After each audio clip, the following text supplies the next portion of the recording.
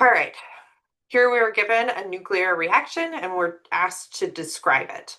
Okay, so is it exothermic, endothermic, or is it fission and fusion? And so we've got four options where we've sort of combined those two words. And let's just stop and sort of and think about what's going on here. Okay, so we've got a neutron. Okay, and the neutron is coming in. Well, we don't know that, but we're gonna combine these two. So neutron and a really big isotope, uranium-235.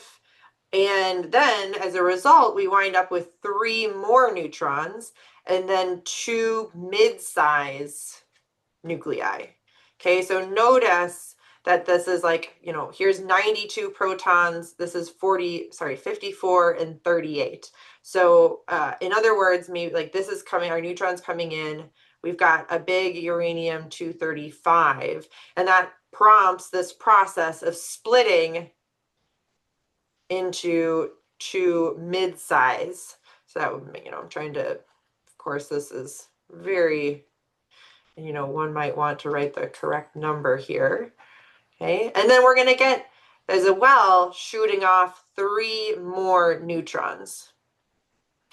Okay, so this image then tells me this is a fission process. I'm taking a very large nucleus, and yes, I'm adding in that neutron, but that's just to prompt this to begin. And I'm splitting this big old fat nucleus into two smaller nuclei, okay? Much like just a cut in half, essentially. All right, so that's fission. So I'm not going to do anything with fusion. This is a fission reaction.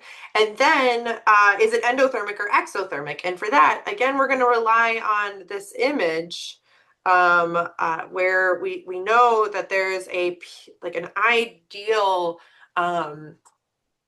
nuclide size. So we know that like iron 56 is ideal. That maximizes the binding energy. So if we are over on this side and we undergo a fission reaction, that is actually exothermic. Okay, so in this case, we are way over here. We're at uranium-235. So we're going to undergo fission, which should be exothermic because we're splitting up a nucleus that is simply too large.